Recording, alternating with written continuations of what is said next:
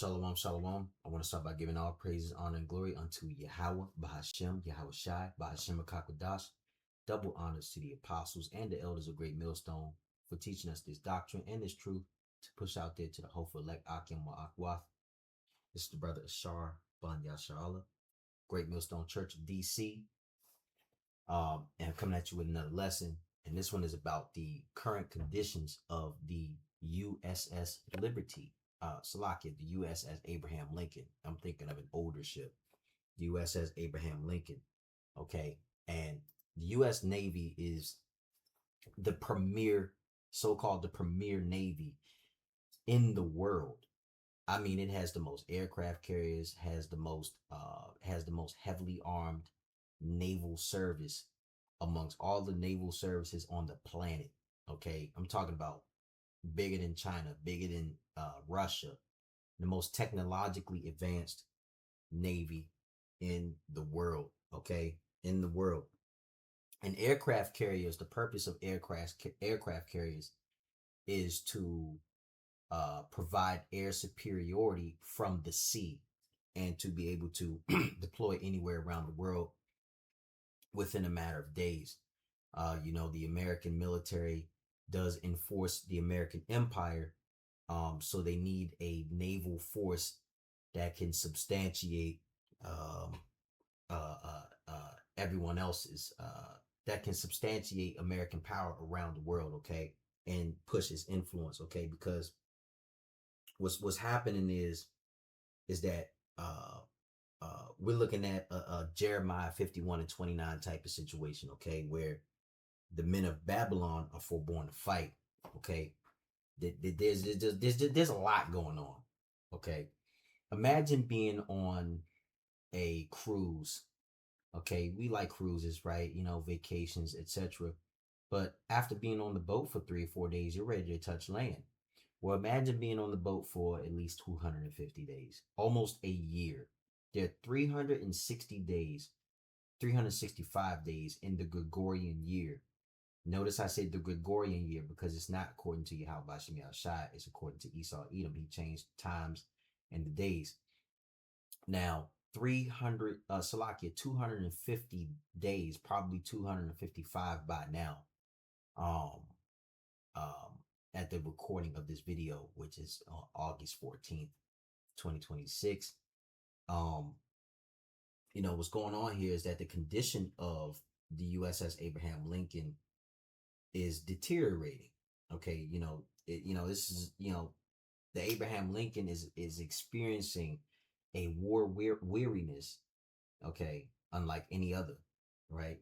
As they head to Yahweh Shaphat, the valley of Yahweh's judgment, right? Okay, because we're not really talking about the ship, we're talking about the personnel aboard the ship, both men and women. There are more men than women. Imagine how that goes, right? Because there's a lack of support right now, and the American military, the War Department, is super proud, and they're not admitting to the media that shit is fucked up, for lack of better words, okay? Because reports surrounding the carrier, right, there's a lot going on, surrounding the carrier. There's, for right now, they've spent an extraordinarily, right, long period at sea, right? There's a concern about morale and mental health and limited port calls, because a port call is supposed to have been had at least every 30 days, and if you're on a good deployment, every 3 weeks. Go to Thailand, go to Korea, go to Japan, let people stretch their legs, replenish on fuel and food, and go spend a little bit of money that they made, and just basic living conditions on the ship are deteriorating, because at the same time, the war itself simply refuses to disappear, because what's happening is the war in Iran is not really a war, it's a crash out mission. Okay, so when we examine that through the scriptures, right, you get an interesting prophetic picture, of what's going on. So let me get Jeremiah chapter 51 and 29. And it reads, and the land shall tremble in sorrow, for every purpose of the Lord shall be performed against Babylon, to make the land of Babylon a desolation and without inhabitant. The point of this is to bring the point is of this prophecy is to bring the bring the Babylonian military to its knees, and the Babylonian economy. Okay, amplified. The land trembles and writhes in pain and sorrow. Right, what's happening right now? The American public is in pain and sorrow. You know, data centers popping up everywhere. The cost of your groceries, the cost of your gas, the cost of your rent, mortgages. Mortgage rates are really high. Auto loan rates are really high. Student loans is kicking people's asses, especially women. Right. The economy is not looking up. Okay. For the purposes of the Lord against Babylon stand, to make the land of Babylon a desolation without inhabitants. Right. Is to the land uh uh uh make the land unbearable to live in. And this is the point of Jeremiah chapter 51 and 30. Jeremiah chapter 51 and 30. The mighty men of Babylon have forborne to fight. Right? Have the mighty men of Babylon have forborne to fight, meaning they don't want to do this. Okay. They have remained in their holds. Their might hath failed. They have become as women. They bitching up. They have burned her dwelling places. Her bars are broken. Okay. The mighty warriors of Babylon have ceased to fight. They remain in their strongholds, right? Because the American military wants to fight wars as cheaply as possible, right? Because the difference between the American military and most other militaries around the world is that the American military is at the mercy of public opinion. And if you so-called want your service to want your military to keep going, you have to have a positive public morale. A lot of people are not going to want to send their sons and daughters out there, allow them to enlist when they know that the American military is going through this shit. Okay.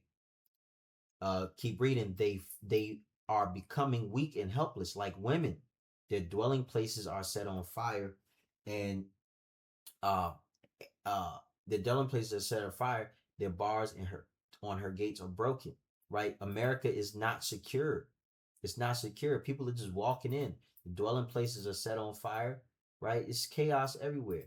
The men are becoming weak and helpless. It's low testosterone.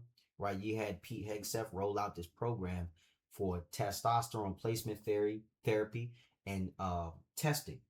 When, for instance, when I was in the military, that did not exist. I was in the military for 5 years. Okay.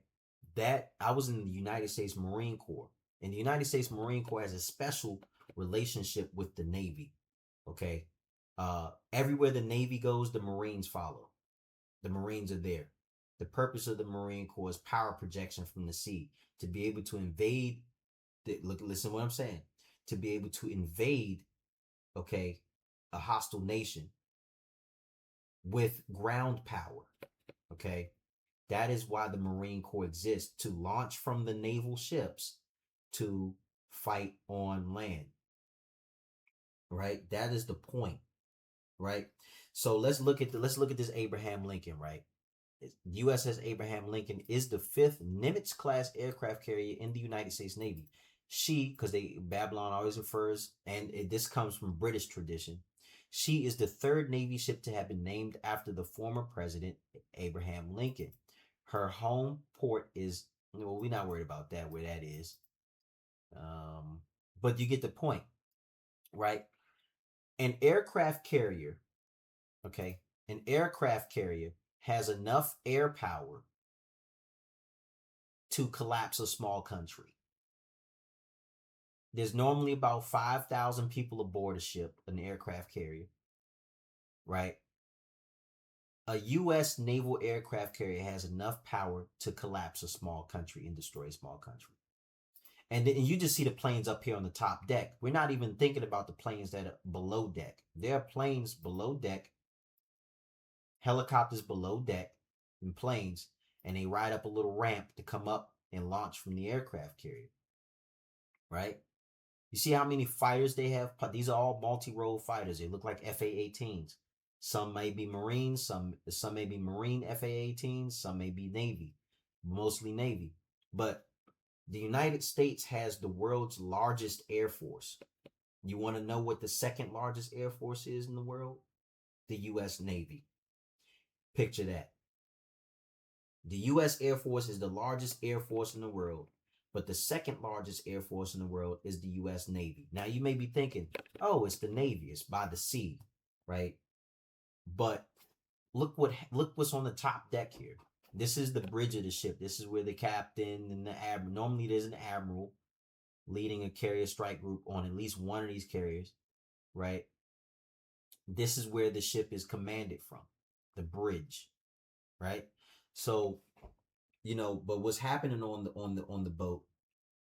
Okay, because we're not really talking about uh the ship itself, right? We're talking about the people, because the USS Abraham Lincoln is one of America's nuclear power aircraft carriers. So it's a representation of American military power. It's got aircraft, it's got missiles, it's got thousands of sailors on board, and billions, I mean billions, to include the ship itself, billions of dollars in military hardware, right? But we ain't looking at the hardware, we looking at the people, right? Because the carrier has reportedly, right, been at sea since November 2025. It is now August 2026, and it's been in the Middle East since January. Okay, you got declining morale.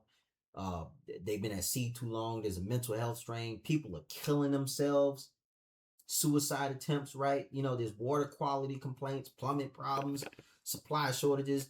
People aren't getting their mail, and they're not being able to go to port, right? Because the Pentagon is trying to hide that shit, right? But the point is, the men are getting worn down. And that's playing into the prophecy of Jeremiah chapter 51 and 30. Okay? So think about the contrast, right? They're forborn to fight. They're forborn to fight, and they might have failed, right? The word forborn, and let's Google define forborn. That's forlorn. Forborn. And the word forborn is the archaic past participle, right? For forbear, right? But it's still a current word. It says archaic, but it's a current word. It primarily signifies the act of refraining, abstaining, or holding back from an action, often due to patience, self-control, or endurance. No, this isn't patience, self-control, or endurance. This is, we're getting fucked over by our leaders, and we have to pretend that everything is okay. That's what this is. That's why they're forborn to fight. Okay? Right? So the prophecy ain't really talking about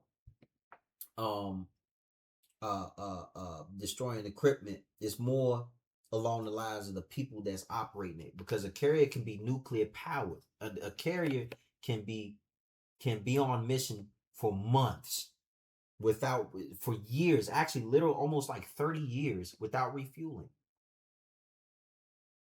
right? But a sailor needs food. A sailor can get exhausted. A sailor can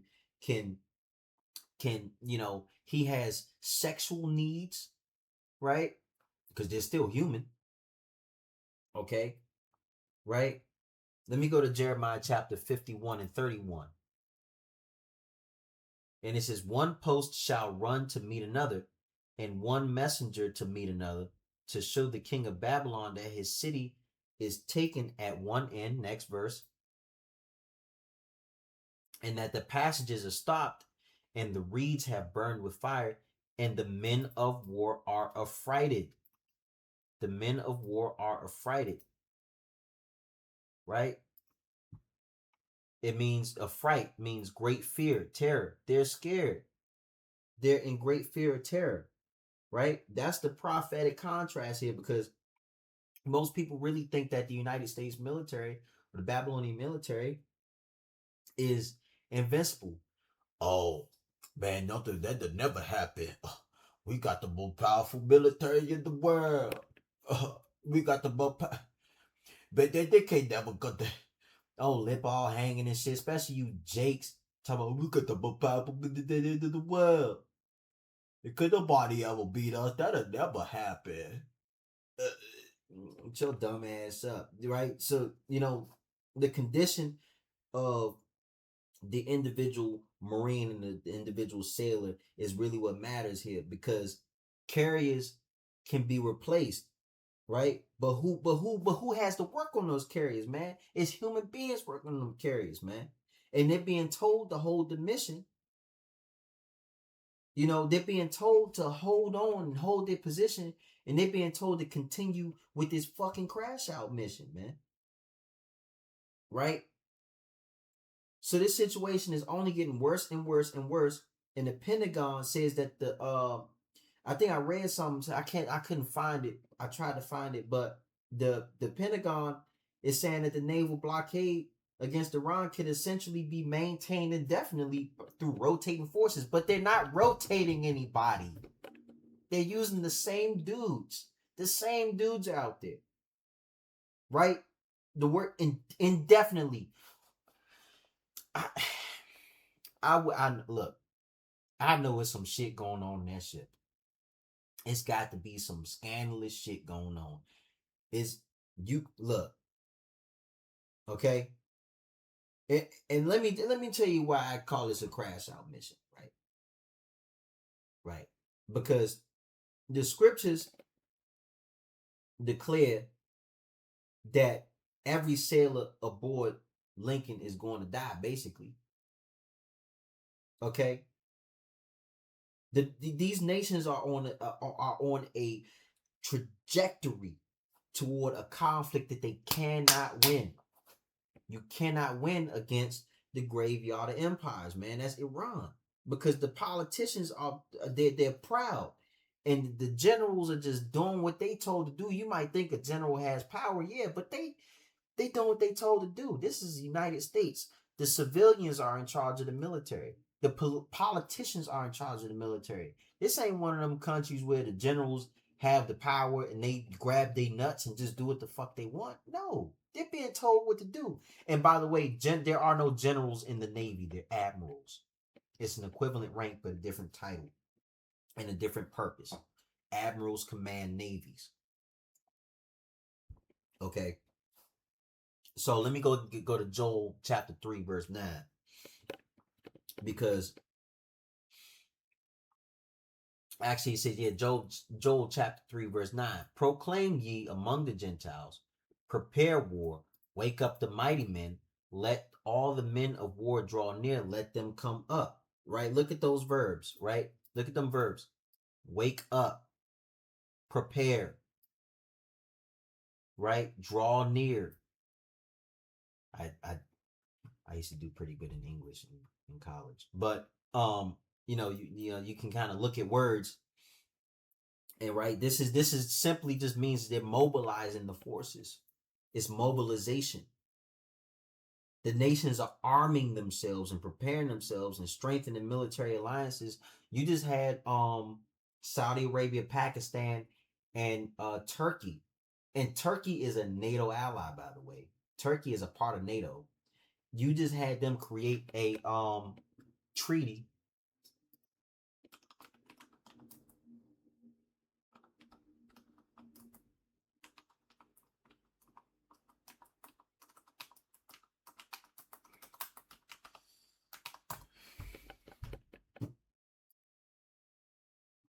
So I just Googled it. On August 7, 2026, was just 7 days ago. Turkey, Saudi Arabia, and Pakistan signed the Mecca Joint Defense Agreement in Mecca, Saudi Arabia. The trilateral, which means three-sided, trilateral means three-sided, pact, which means a contract or a treaty. The trilateral pact establishes a collective defense net framework where an armed attack against any one member is regarded as an attack against all three, similar to NATO's Article 5. How is World War III not around the corner? World War III is around the corner. right? But let me tell you where they going. Let me tell you where all of this is going. This is Joel chapter 3, verse 11. Joel chapter 3, verse 11. Assemble yourselves. What are they doing when they make these treaties? They're assembling themselves. Assemble yourselves and come ye, all heathen, non-Israelite nations. Ethiopian, Gish Gallipher, right? And gather yourselves together round about thither, because thy mighty ones come down. Oh Lord, mighty ones are always talking about the war fighters, the people that are fighting, right? Next verse, let the heathen be wakened. Let the heathen be wakened. Okay. What did they do? They woke up to Amalek. Let the heathen be wakened and come up to the valley of Yahweh Shaphat. It says Jehoshaphat, but that's Yahweh Shaphat, which means God's judgment, Yahweh's judgment. For there I will sit to judge all the heathen round about, man. Right? They're gathering. There I will sit. Right? It says, for there I will sit. Right? That's where Yahweh Bashim Shai is sitting, waiting for them to gather together and gathering them together. Right? That's why the name matters, because Yahweh is the name of the Most High. Yahweh Shaphat. Yahweh is the name of the Most High. Shaphat means judgment. Shaphat means judgment. Yahweh Shaphat. Yahweh judges. Right? So some dumb nigga might just be thinking this is some random valley in the Middle East. No. This is where nations fall. This is where nations fall.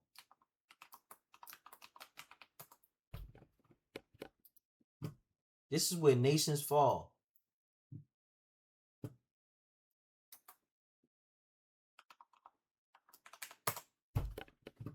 Let me show you something. This is a topographic map of Iran. Let me show you something. They make this so difficult.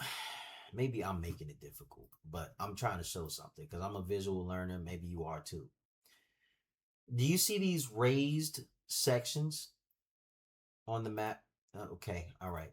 Didn't mean that to happen. But do you see these raised? Okay, go back. Salakia. These raised sections on the map here.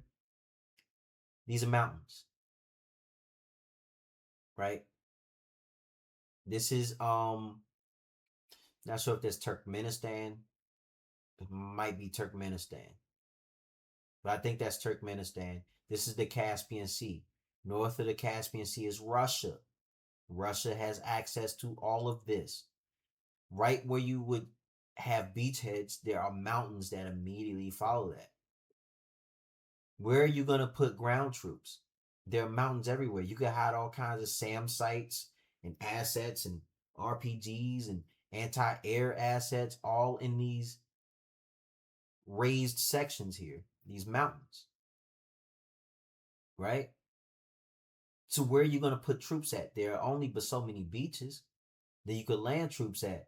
And when you land troops on those beaches will be defended because it's predictable landing points.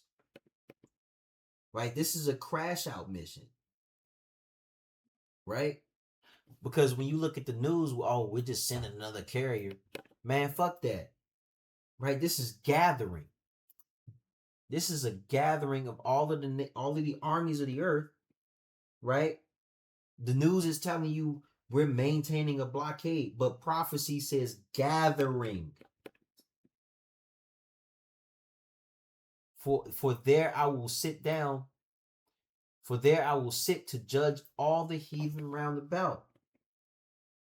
And that's why the situation keeps escalating, even when everybody claims that they want peace, man. Peace is not going to happen. Peace is not going to happen. Let me go to Matthew chapter 24 and 6. Okay, Matthew chapter 24 and 6. And ye shall hear of wars and rumors of wars. See that ye not be troubled. Right, this is for the elect. See that ye not be troubled. Meaning, don't worry about it. For all these things must come to pass, but the end is not yet, right? It must come to pass. These prophecies must come to pass. See, for all you Christians that keep trying to avoid prophecy, prophecy is going to crumble the Christian. The typical Christian that comes up to the camp to scoff, the typical Christian that always has something to say on the comment boards, ultimately have no fear of the Lord. They ultimately just want Babylon to continue because they avoid prophecy. Prophecy will crumble their entire doctrine, right? Because these individual conflicts, they're going to continue to happen. The ceasefires might happen, the treaties might happen, but that ain't going to mean shit. These things have to come to pass. There's a final conflict that we have to see. Okay? So when you look at Jeremiah 51, right? Babylon's mighty men, forborn to fight, right? And you look at Joel 3, where they're preparing war and waking up the mighty men, right? What's happening is that the war is going to keep ramping up and the men are going to keep getting worn down. War is an exhausting practice. They're going to keep deploying more ships and talking about we going on more missions and they rotating. There's going to be more tension. But Yahweh Shaphat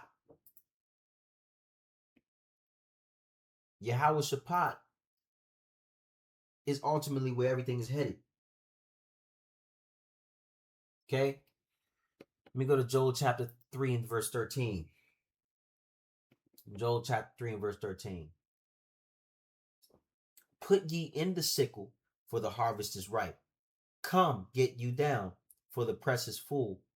The fats overflow, and the wickedness is great. Next verse. Salakia. Multitudes in the valley of decision. For the day of the Lord Yahweh is near in the valley of decision. Okay? Because earlier, what do we read? We read mighty men, men of war, nations. But now they're being described as a harvest. They are a harvest, right? The idea is that, oh, they're coming to wage war, but no, they're about to be reaped. That is a real crash out mission, yo.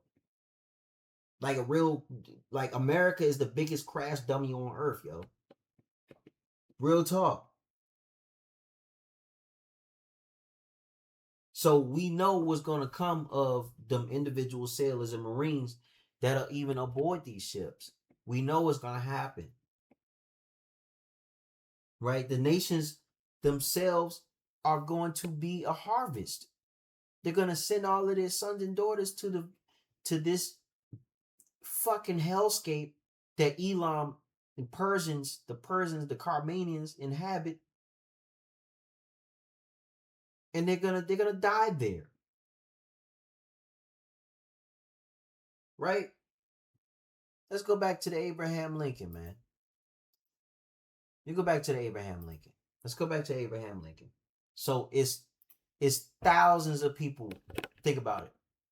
Most aircraft carriers have about like five grand on them. 5,000 people. Right? This is supposed to be a symbol of Babylonian power. This is supposed to be a symbol of American power. And they do have power, but they don't have power against prophecy, man. They're spending months at sea. They're in the Middle East on a long ass deployment. The morale is in hell. It's in the morale is in hell. The bar is low. People are probably in there do all type of wickedness right now to try to meet their baser needs because they're base human beings. And they talking about they're gonna bring another carrier to relieve it. That's bull fuck. They're not gonna do that. Pete Hegseth don't care. Donald Trump don't care. They don't care. They're gonna stay out. They're gonna make them stay out there so that way they can look good. I guarantee you, a lot of the people on board this ship right here, after their enlistment is up, they're gonna be like, hell no, I'm not re-enlisting. But then they gonna fuck around and get stop lost. Meaning, oh, we need you. Don't get out. You can't get out. Especially Jake's and especially Keisha, who thought joining the military was gonna be cute. She wanted a quick little check, right? That's that's the point of this video. The point of this video is that they're being put through hell to be ultimately sent to their deaths, man. This is prophecy unfolding right in front of us, man. You can't deny that this is prophecy. World War III is right around the corner, bro. In fact, I like to say personally, World War III already started. World War III already fucking started. And we're just waiting for everybody else to fucking see it. That's it. That's it. And with that, I hope you're edified with this video. And Tawada Yahweh Bashimi Ashaf for giving me the spirit to do this video. And again, you know, hey, we round the corner, man. Stay in the fight, man. Gotta keep going. Gotta keep going. We ain't got time to be forborn. Forborn to fight. We gotta keep fighting this good fight of faith, man. Tawada Yahweh Bashimi Ashaf. Call Allah Yahweh Bashimi Ashaf. Adawan Ratazah. Till next time. Shalom.